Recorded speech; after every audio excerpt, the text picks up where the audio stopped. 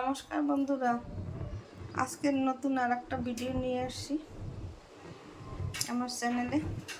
সুজির মিষ্টি কেমনে বানাতে হয় দেখুন আপনারা। আমি আধা কেজি দুধ নিয়ে দুধটাকে জাল দিয়ে নিচ্ছি, তারপর একটু গুঁড়ো দুধ 1 কাপ এর সাথে মিশিয়ে দিয়েছি, তারপর সাগুটাকে ভিজিয়ে রেখেছি 10 মিনিট।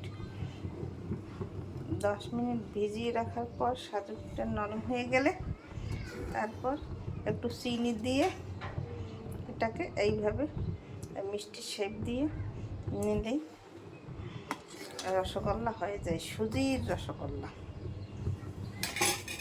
খেতেও খুব সুন্দর লাগে সুজির রসগোল্লা। আজকের একাদশী, তাই আমি একটু সুজির রসগোল্লা বানালাম।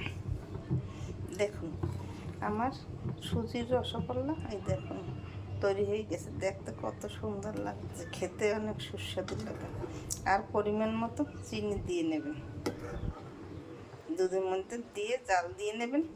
আর একটু দারচিনি, একটু এলাচ দিলেই হবে, আর কিছু নেই। সামান্য উপকরণে সুজির রসগোল্লা হয়ে যায়। এইভাবে সুজি দিয়ে রসগোল্লা বানিয়ে খেয়ে দেখবেন, খেতে অনেক সুস্বাদু লাগবে। আমার সুজির রসগোল্লা তৈরি হয়ে গেছে। নতুন নতুন ভিডিও পেতে আমার চ্যানেলটিকে শেয়ার দেবেন, লাইক কমেন্ট শেয়ার করার পাশে থাকবেন। ধন্যবাদ।